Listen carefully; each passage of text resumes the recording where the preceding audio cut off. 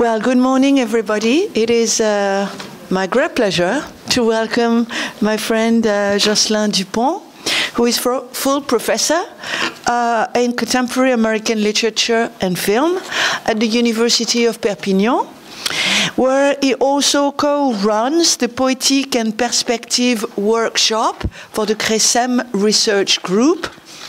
He has published over 50 articles on contemporary American fiction and film, with a particular emphasis on the issue of textual pathology. He is the editor or co-editor of 8 collective volumes, among which Patrick McGrath's Directions and Transgressions, 2012, and Spectres de peau dans la littérature et les arts, 2020. His current research focuses on the cinematographic representation of psychiatry and psychopathology in the American feature film from 1945 to the present day, with a book to be published by Bordeaux University Press in the course of 2025. And now the floor is yours, my dear. Thank you very much. Thank you very much, Pascal. Thank you for having me here today. It's a real pleasure. It's an honor, and it's also timely because, as you explained, my forthcoming book will be published here. So I guess you get to have a taste of some of the ideas that will be developed there. So yes, it's a great pleasure to be here in Bordeaux today. A pleasure to be back in Bordeaux. I think last time I was here was around 2014, so about 10 years ago. I remember I came twice in a very short period of time. You invited me for a talk on, which was probably the embryonic form of some of the aspects I will detail today.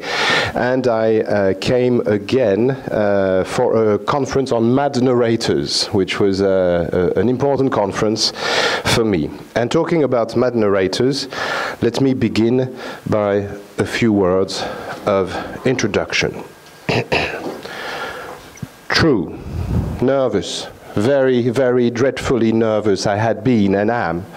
But why will you say that I am mad? The disease has sharpened my senses, not dulled them. Above all was the sense of hearing acute. I heard all things in heaven and in the earth. I heard many things in hell. How then am I mad? Hearken and observe how healthily and how calmly I can tell you the whole story. These lines, famous opening lines, come from The Telltale Heart by Edgar Allan Poe. Has been an interest of mine for as long as I can remember. I remember writing my M1 dissertation on Edgar Allan Poe, and the exploration of his work, and the especially as far as the representation of the madman's speech is concerned, has been a focus of my work for many years. And what you have behind me is actually a still shot from a short animation film by Raúl Garcia, who adapted 5 of Poe's tales, and this one is from the final moments of The Telltale Heart, which, as you may remember, the narrator cracks up and reveals that he has hidden the body of the old man under the floorboard. And this is a wonderful short film that was made in the style of graphic novelist Alfredo Breccia, an Argentinian graphic novelist, very, very important. Now, one thing that has always attracted me towards the issue of madness is that it is a crux. It seems to engage us with an impossibility, a catastrophe, a fall into what Julia Kristeva calls the asymbolic, la symbolique, sort of what she calls as well la catastrophe du verbe, when a collapse, something that cannot be grasped because it implodes or it explodes. There is, therefore, in in that ungraspability of madness, something elusive, a sort of a challenge, a limit at the very least, a limit of interpretation. And so, of course, if there's a limit, I'm only too happy to try and transgress it and find what is there. And of course, there is also the temptation to regard madness as something extremely powerful, as something extremely potent. Well, this is not exactly the case, because as we know, many patients suffering from psychosis, and mostly be concerned with psychosis today, are in fact in a state of disability, which should also keep us within bounds of respectability as regards their condition. So this is that interesting balance between the impossible and the disabled that has been interesting me, and I've been, well, carrying on my research in literature, in film, but also more recently into the history of psychiatry, and how psychiatrists, and not psychoanalysts, psychiatrists in particular, who are mostly confronted to serious psychotic episodes among their patients, try and circumscribe madness. And they don't always do that by lobotomizing patients. They don't always do that by sending violent ECTs to their patients. Most psychiatrists I know, and most literature I've read, shows a great deal of respect and concern and humanist tendency among psychiatrists. So it's also one of the points I want to make here today, is that psychiatry is not the enemy of the humanities, and that there is a space, I think, for psychiatric medical humanities. And to illustrate that point, I would like to begin with a quote by Andrew Scull.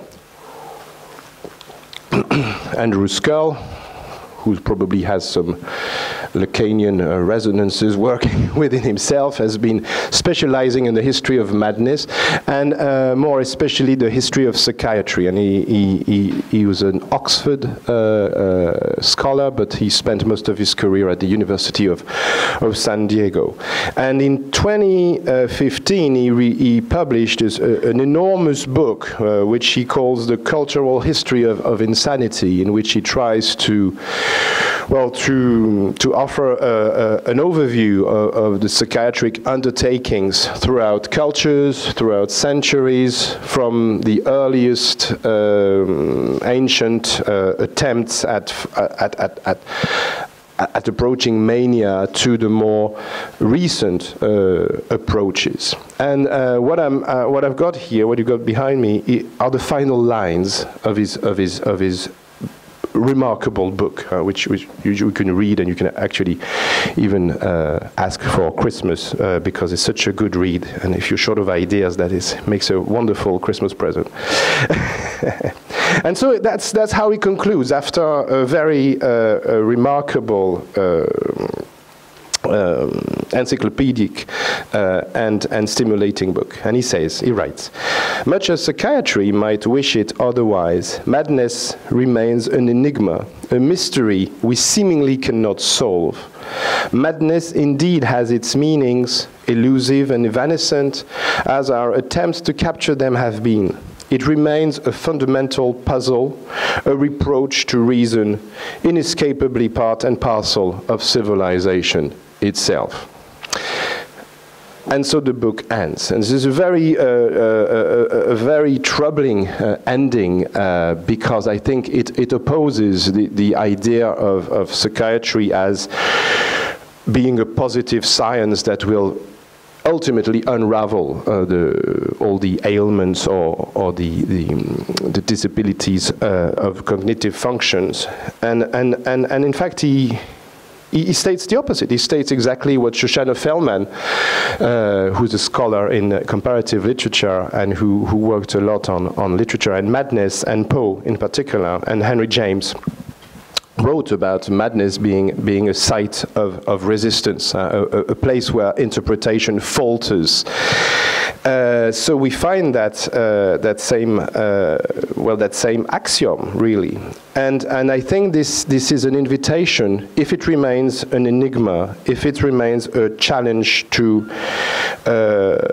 reason, if it's impossible to pinpoint, then why not use fiction to try and unravel it? Why not? Is there any validity in the practice of the art of fiction to circumscribe madness, circumvent madness through representation, through performance? And I think there is. And one of the first moments where I discovered that madness could be a space for critical and investigative representation was not in Poe. I mean, even though Poe is absolutely fascinating, and Poe was writing at the moment when psychiatry was being born. Psychiatry was born in the US in 1844. The lines from the Telltale Heart I just read were written in 1843. So you see, there is very much a momentum here. But anyway, in a later period, I'm going to have to skip, of course, the history of psychiatry. I came across the works of Patrick McGrath. Patrick McGrath is an Anglo-American contemporary writer in his 70s now, and he famously wrote 3 books that deal with psychosis. Anecdotally, he was the son of the superintendent of Broadmoor Psychiatric Hospital outside London, which is one of the most ill-famed asylums in England, housing the criminally insane. So he grew up there, and instead of following the father's footsteps, he opted out and in at the same time by starting to write fiction. And his novel Spider is an absolutely fascinating journey into schizophrenic psychosis, and it doesn't embrace the violent or spectacular tropes of schizophrenia, but rather it tries to approach schizophrenia through an intimate, poetic mode that is also based on paralypsis, the unsaid, the chronological disruptions, and the general strategies of crumbling. And this is a brief quote from the end of the book, in which the narrator says, perhaps it's not been a life at all, but a crumbling. And I think this is really an invitation to look at madness differently than through, say, Michael Myers or the character in Split by Shyamalan that some of you probably know.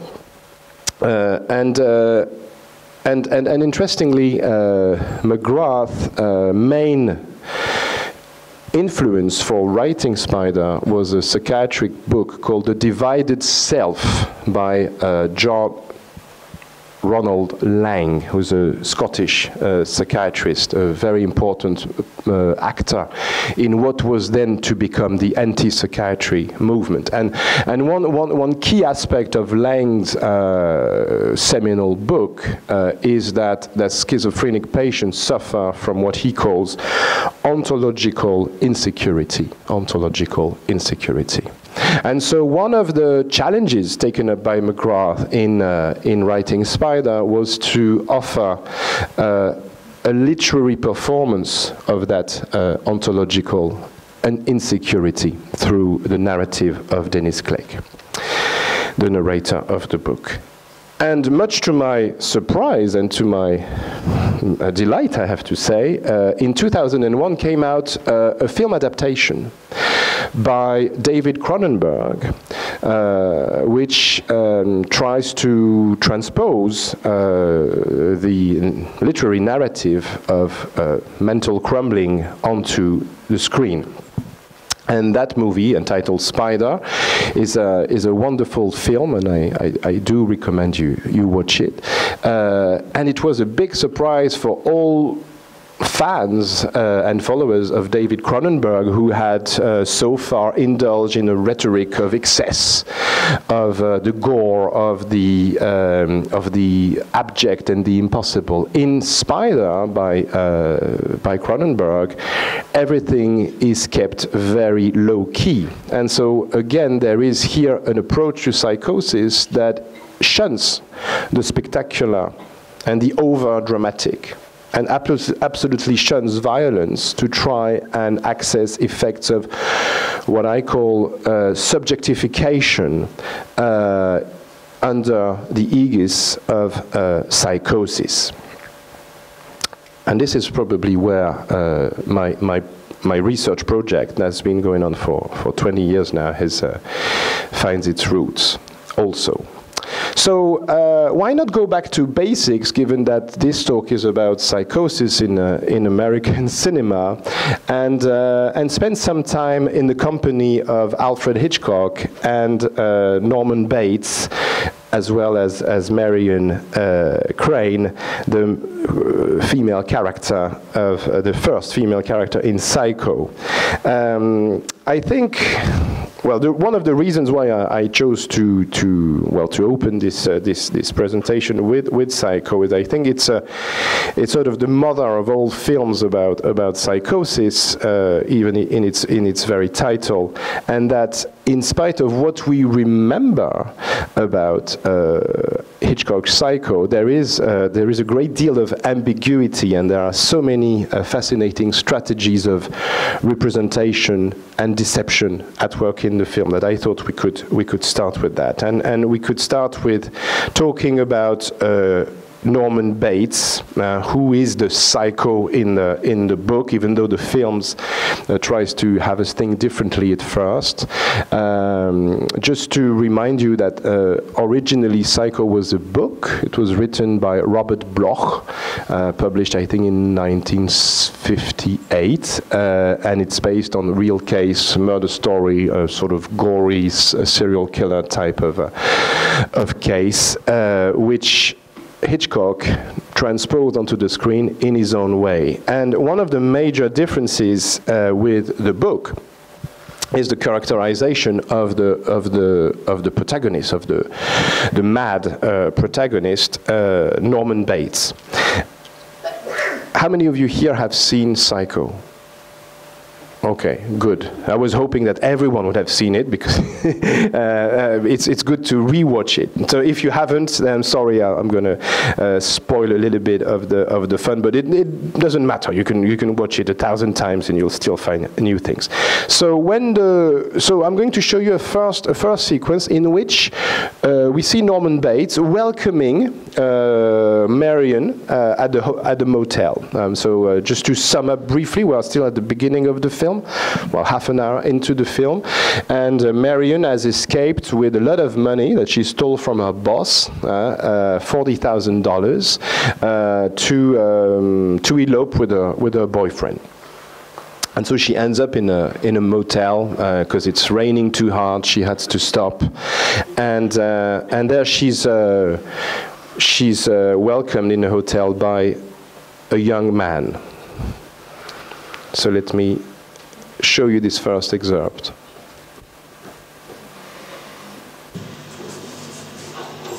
Stuffy in here.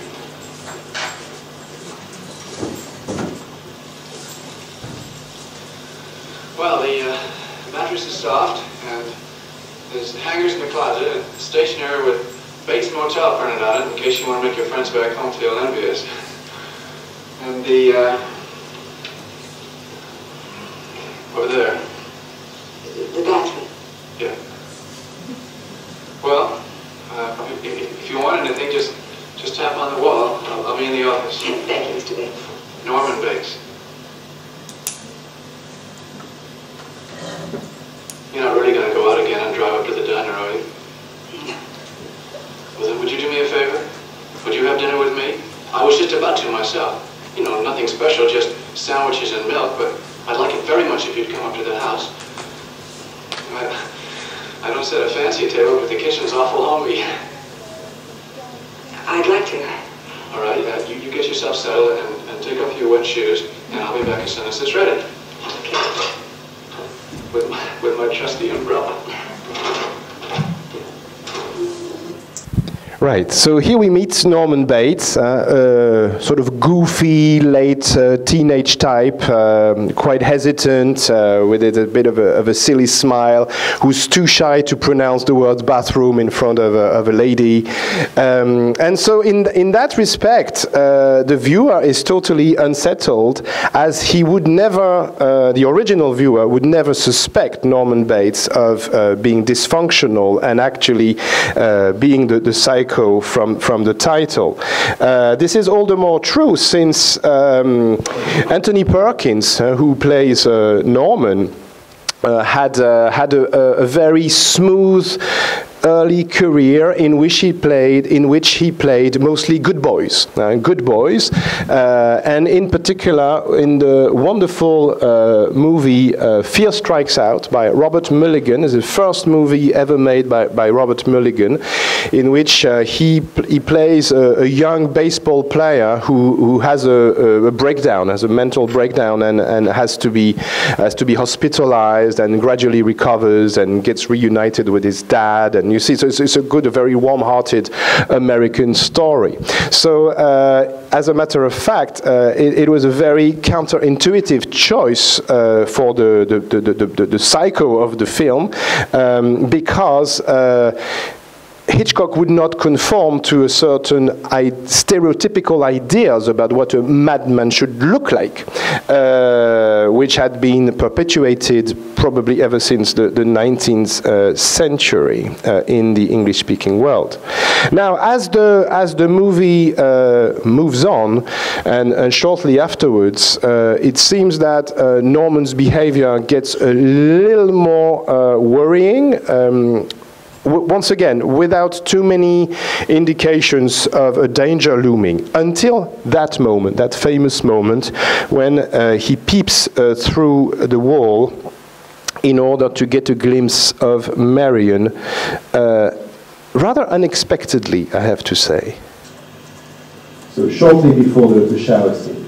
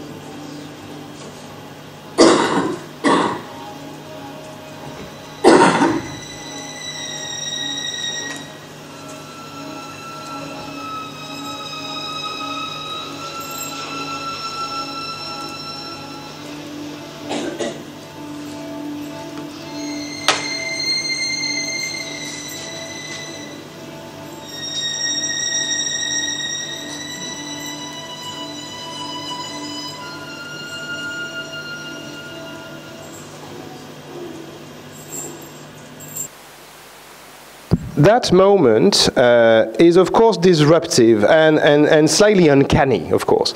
Yet it must be also regarded as the first step into what's going to become a sort of criminal madness. But for the moment, we are on the level of the gaze, a very avid gaze that's very elaborately staged by Hitchcock, with, as you noticed, a shot that is a close shot, and then is a close-up, and then is an extreme close-up, and that takes us into the act of seeing, the act of feeding with the background score by Herman, and becoming slightly worrying at that time. So what we have is an instance, but I'm not going to spend too much time on that, of scopophilia, as was theorized by Laura Mulvey in a famous article about the male gaze, and there's been a lot of talk about the male gaze. Here is an example of how, in fact, we see that Norman, who seemed to be totally gender neutral, not even able to pronounce the word bathroom, is in fact indulging in some kind of perversion, or preversion, as the colonel in Dr. Strangelove would have it. And that connects with another image, a very famous image of the time, which is that of the Peeping Tom in the Michael Powell movie, which came out in 1960, so exactly the same year as Psycho. So here is, of course, the first transgression brought about by Norman, and which will result, as you know, in the murder of Marion. So just a quick word on a very interesting anecdote that I thought I could not come here and not tell you about that. That in the movie, Norman removes a frame from the wall in order to access the hall. Okay, and it's only briefly glimpsed in the film, but the movie in question, the picture in question, is the scene from the book of Daniel, Susanna and the Elders, which deals with sexual abuse against a woman by two elder men. So there is an idea of predation.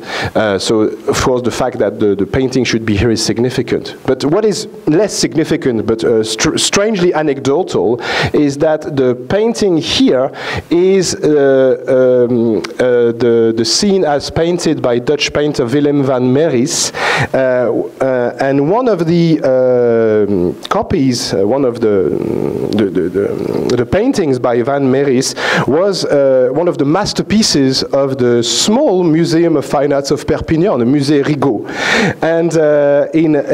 and guess what? It was stolen. It was stolen. So Perpignan doesn't have it anymore. So probably someone who knew that this was the painting in Psycho stole it, and it's never been recovered since. So I have to say I didn't steal it. It's not me, and I have also to pay homage to Sébastien Rongier, who is a wonderful writer, very scholarly and funny at the same time, who brought this anecdote to me in his wonderful book about Psycho called Psychoses en héritage. Alma a adoré Psychoses en héritage. I strongly recommend this book. It's great about the film. So I will not show you the shower scene because we've all had our shower this morning, and I think this is once a day is enough. But I will skip to an interesting moment, a concluding moment, and this will take us right to the end of the film. And this is a crucial moment, I think, and as far as I'm concerned, because it places the psychotic character in a dialectic relationship with the psychiatrist. And not many people remember that. We remember a lot of things about Psycho, that it's a deceitful film, that it's a scary film, that it's a film that's loaded with eroticism, that it's very thrilling, but we don't remember that sequence. And yet the movie ends with a long sequence, a speech, almost a plea given by the psychiatrist, who's played here by Simon Auckland, not a very famous actor. I'll tell you a few words about him perhaps later. And that is the penultimate sequence of the film. So let me show it to you.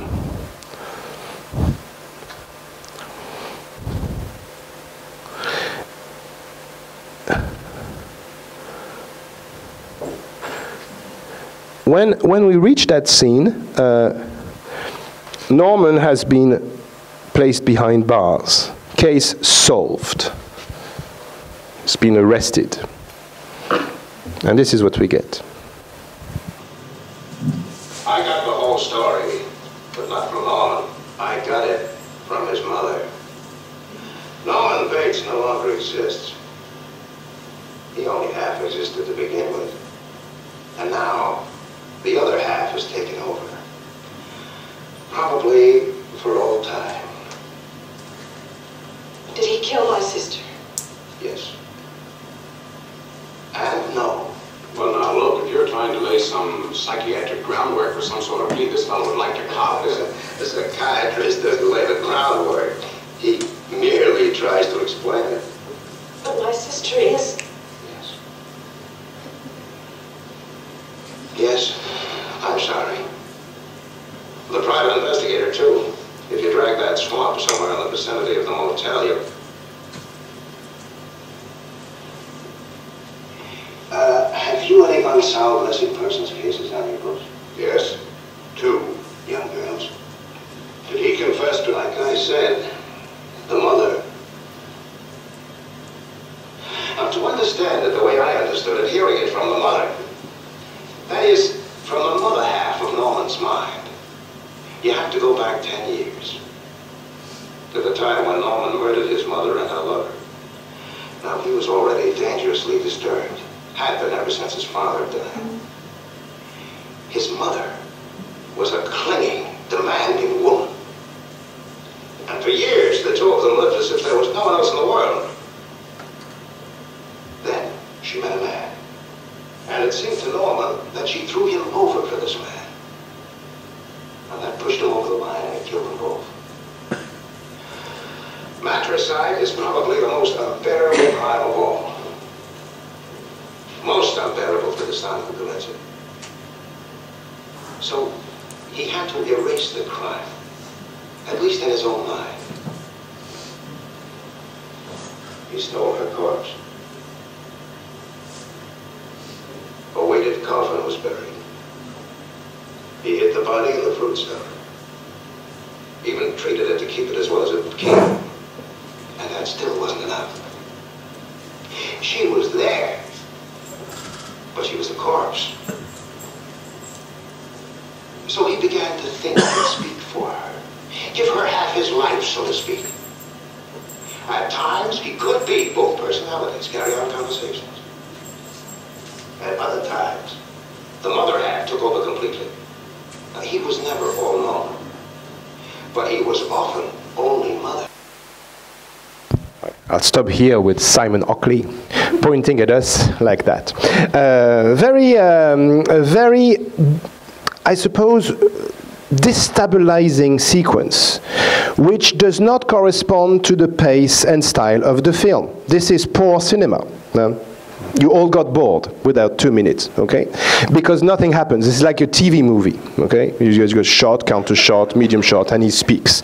James Charney calls that, that moment the least energized, least convincing aspect of the movie, unquote. Whereas I'll return to James Charney later on.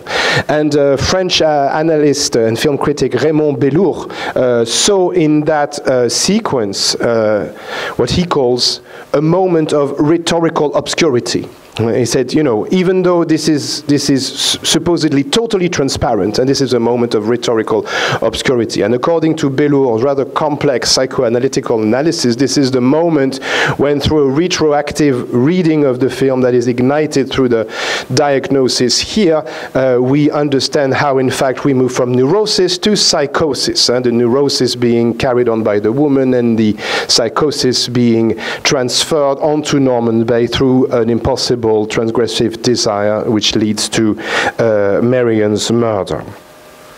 In any case, what interests me here is how we have this figure of discursive authority, very, which probably would have revolted Foucault, you know, who was writing in that period about madness and social order.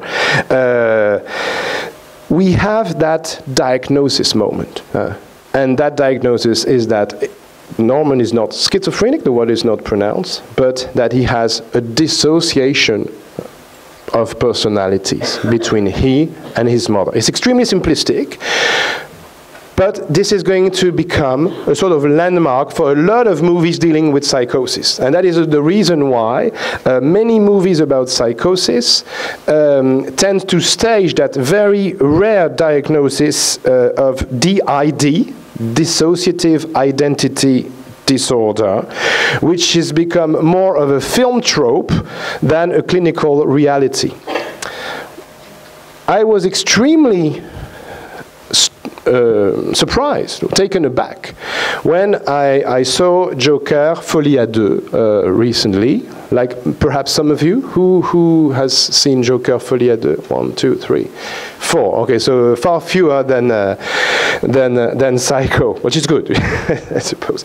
And the film, you know, the film came out as a massive disappointment. It was a flop. It was heavily criticized. A few critics, especially in positive, tried to redeem it for being a musical, but you know, not much could seem to be squeezed out from that movie, positively speaking.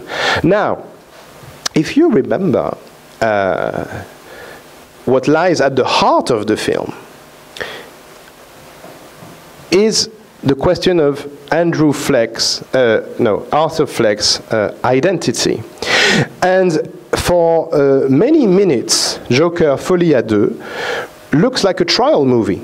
It is a trial movie, and a trial movie is the kind of movie that we are very used to in American cinema.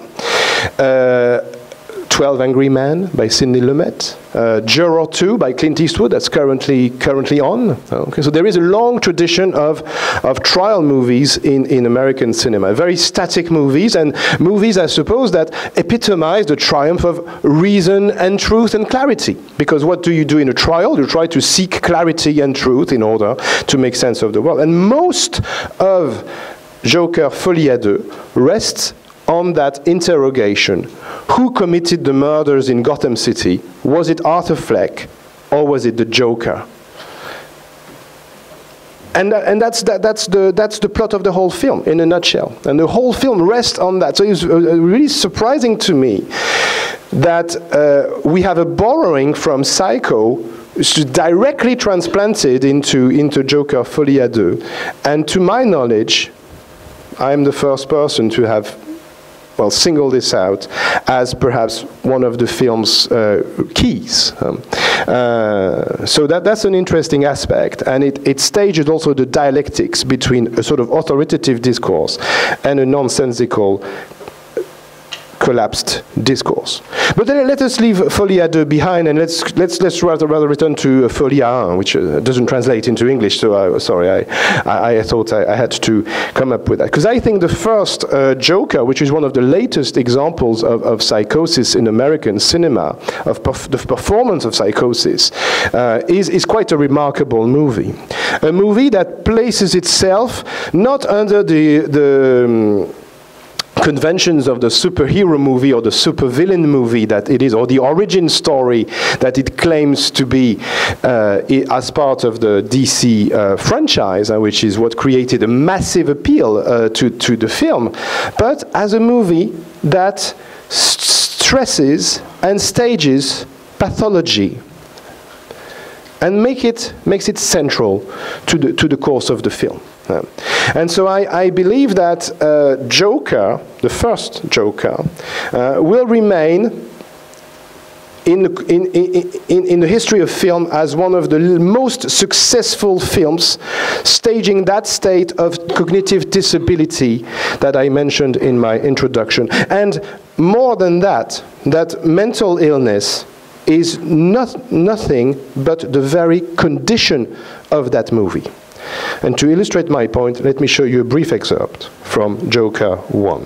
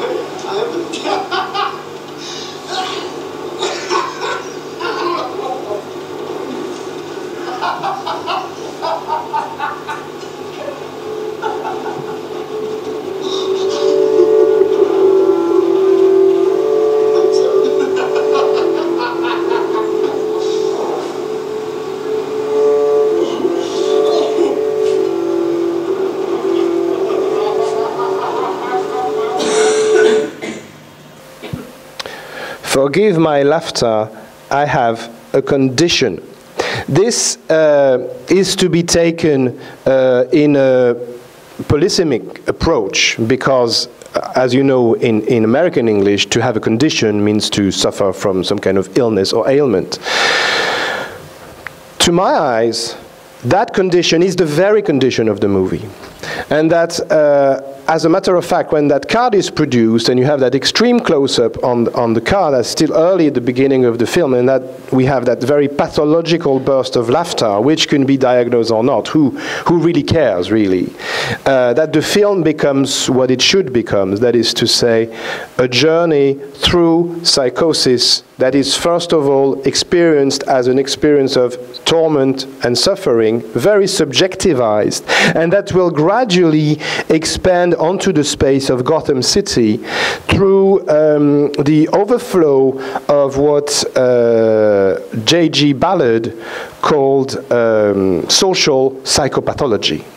Social psychopathology, which is one of the great pillars of James Ballard's writings, but I don't really have time to discuss that. So yeah, I'm going to move on. So I just wanted to say a few things about Gotham City. You know that the word Gotham, actually, this is an interesting anecdote. Gotham City, which is the setting of all the Batman stories, it's a sort of replica, of non-existing replica of New York City. It seems to be stuck in a sort of time loop that corresponds to the violent New York of the 1970s.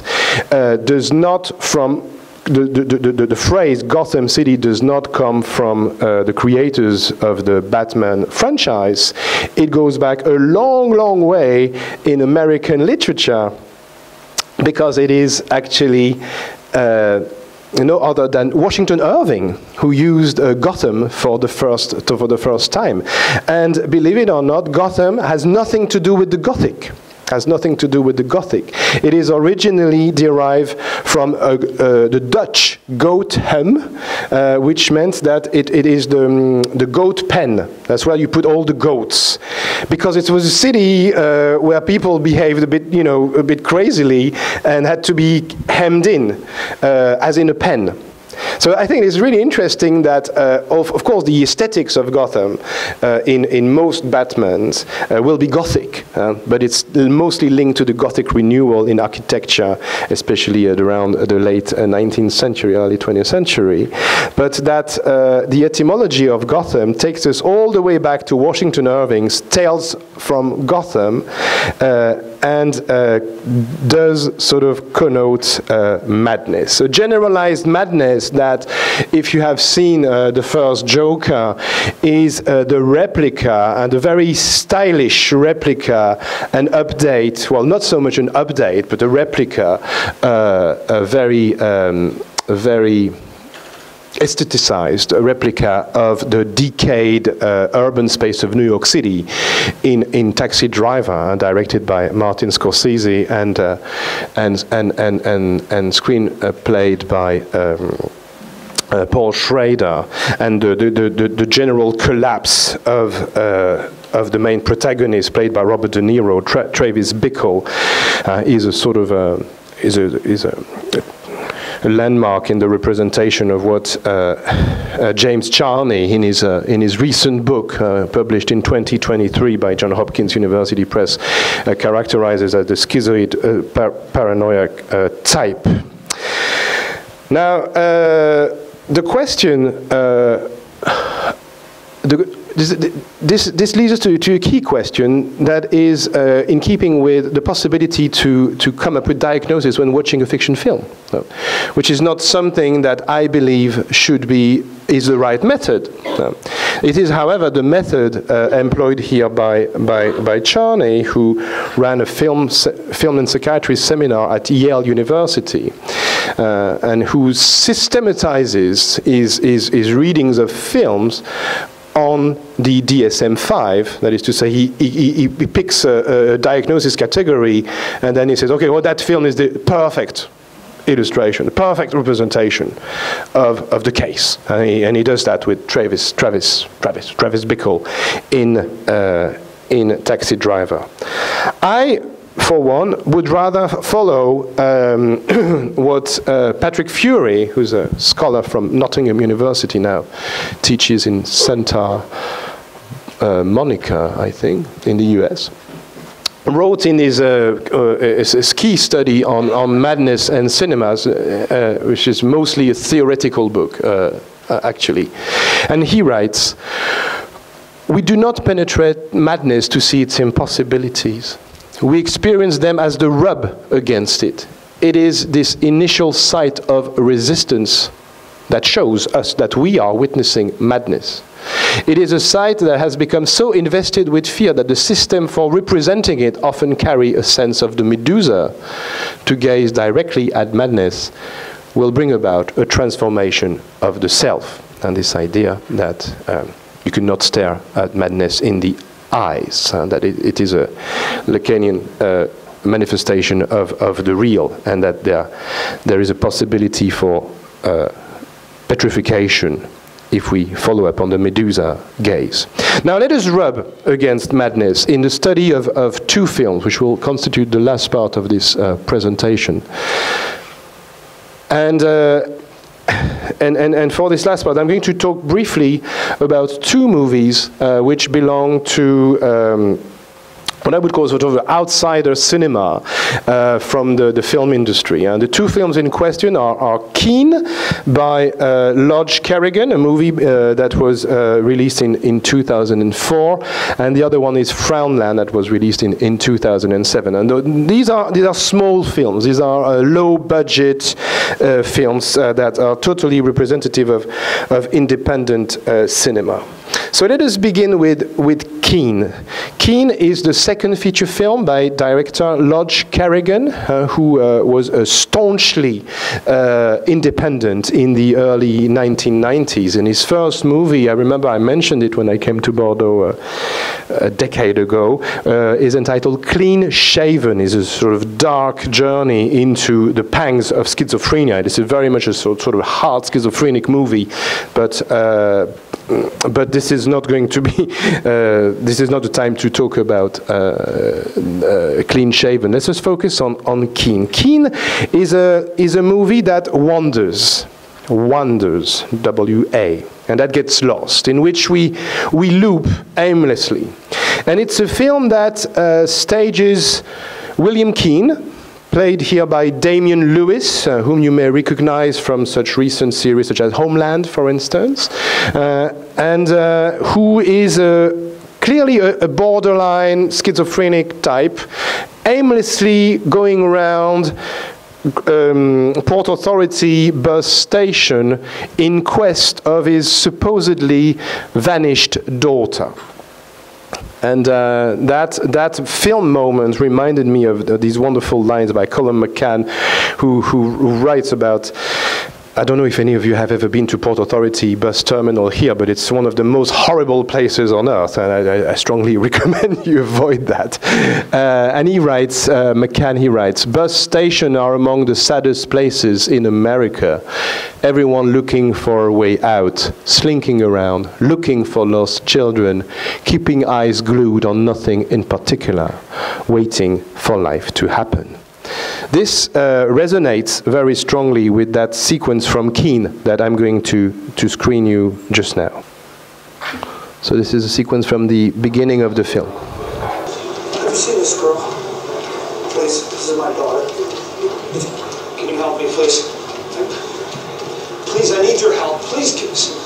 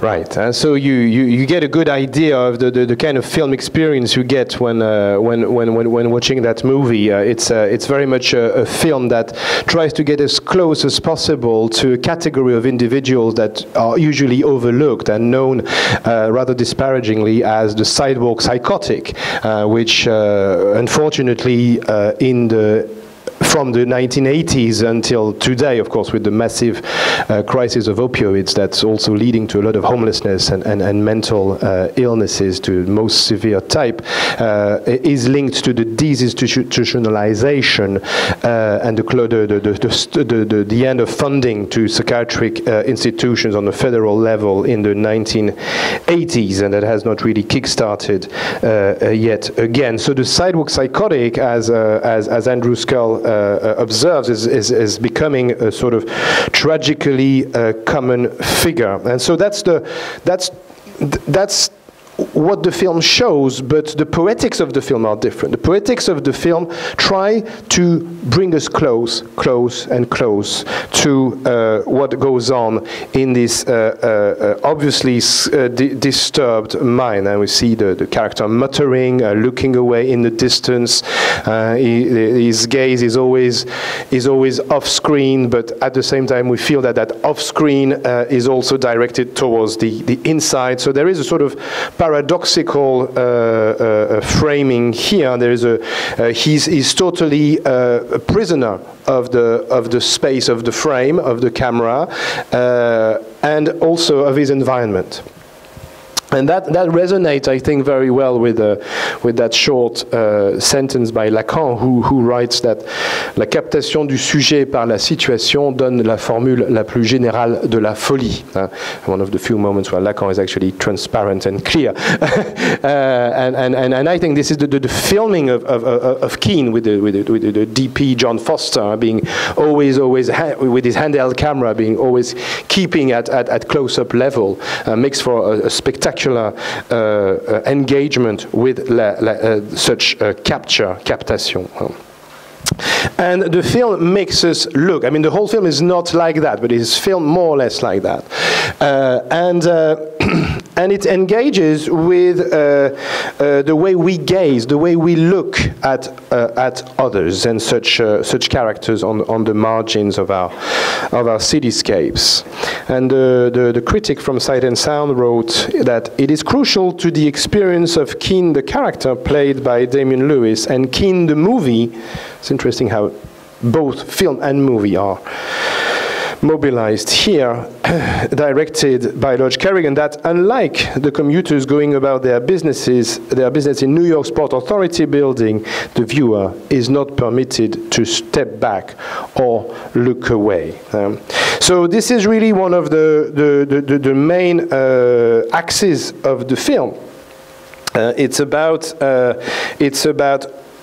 engaging the viewer, almost forcing the viewer, twisting the viewer's arms and eyes to grant consideration for what I call the suffering and disorientation of the protagonist, seeking possibly to prompt an empathetic intersubjective move from us without resorting in filmic terms to spectacular or melodramatic conventions, and because therefore there are two pitfalls in the psychiatric movies: either the over spectacular and violent, or on the other hand the terribly melodramatic, as in Girl Interrupted, for instance.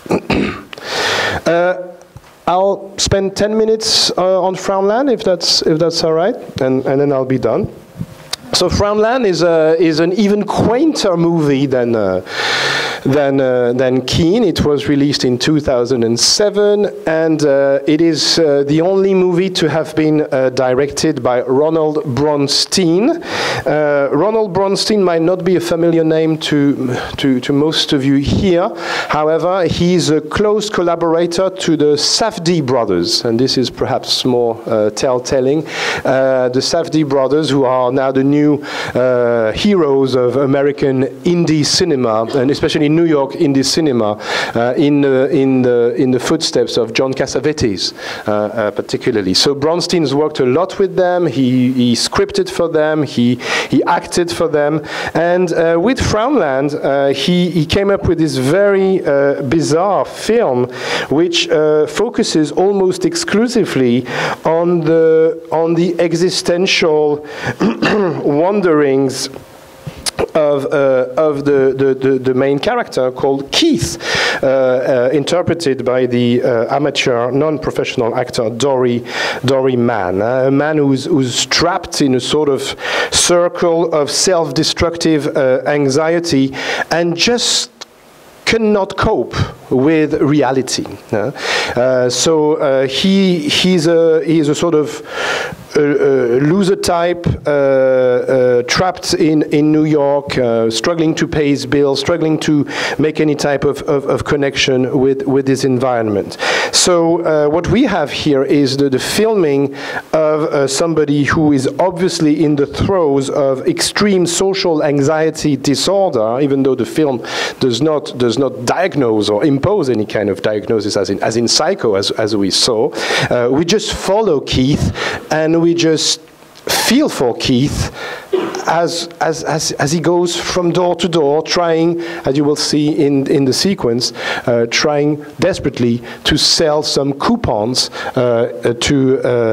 to dwellers of the Queens neighborhood in order to help finance so-called projects on multiple sclerosis, even though it might be doubted. So let me just check the time code.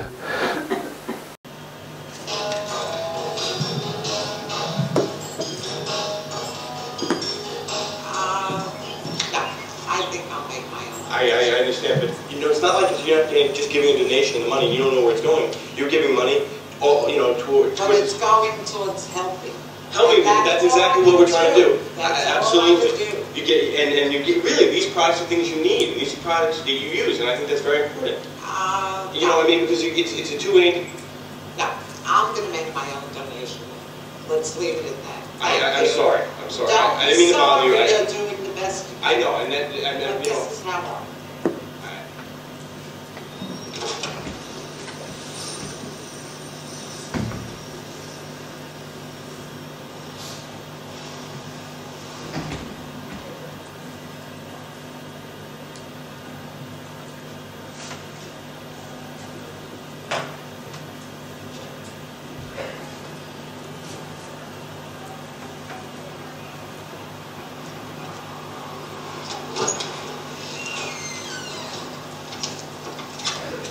Yeah, I'm Kisani with the MSA Multiple Sclerosis Association. I'm distributing these package trace funds for my brother and other people with multiple sclerosis. For just $5, you get over $100 worth saving with your favorite stores and over $130 worth of value for your favorite products. Well, no, that's not. All right, that's Carmine. He runs our charity drive. He's he drives around the street, but it is for a very good cause. It's I'm doing it for people like my brother who have multiple sclerosis.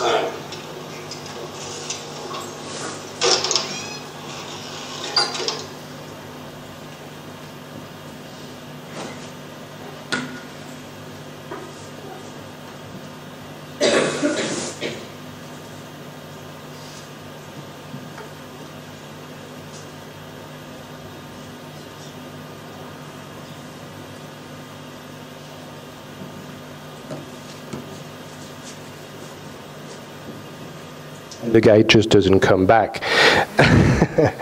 So that's actually one of the sequences of the film in which Keith is at his most articulate. The rest of the film takes us into a sort of vortex of nonsensical dialogues, of attempts to speak out, his unease, his ontological unease, making Frownland a movie about dialogues, but mostly about the impossibility of dialogue. Cette parole délirante, ces dialogues brillants, ces syntaxes hasardeuses. borders et le sous-texte constant de la psychanalyse. I would go further than that. I would go the sous-texte constant de la psychose, because we are really dealing here with a character who is on the brink, and who breaks down literally at the end of the film, in the next sequence that I might show you if I have time. Now, the film's been subject to controversy. It is extremely messy. It is extremely disorganized.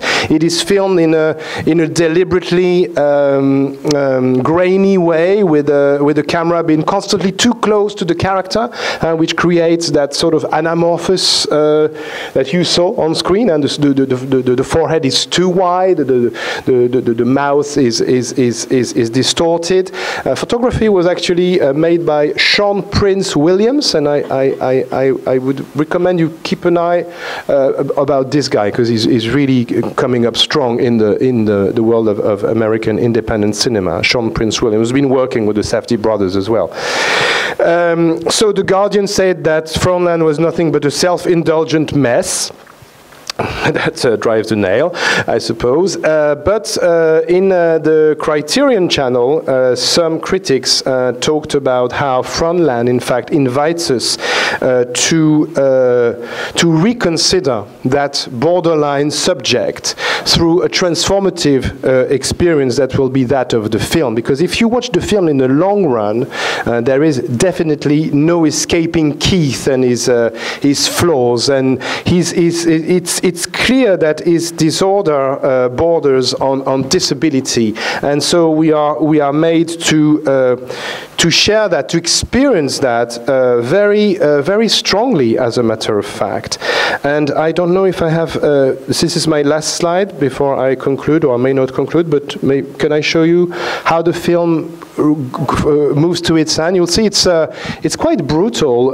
Keith has been rejected yet again by his so-called friend, and finds himself in a sort of dodgy party at an apartment, and he's kicked out of there. And then the movie engages in his flight away from that party through a rather impossibly long tracking shot. And I won't say more. I'll just show you how it goes.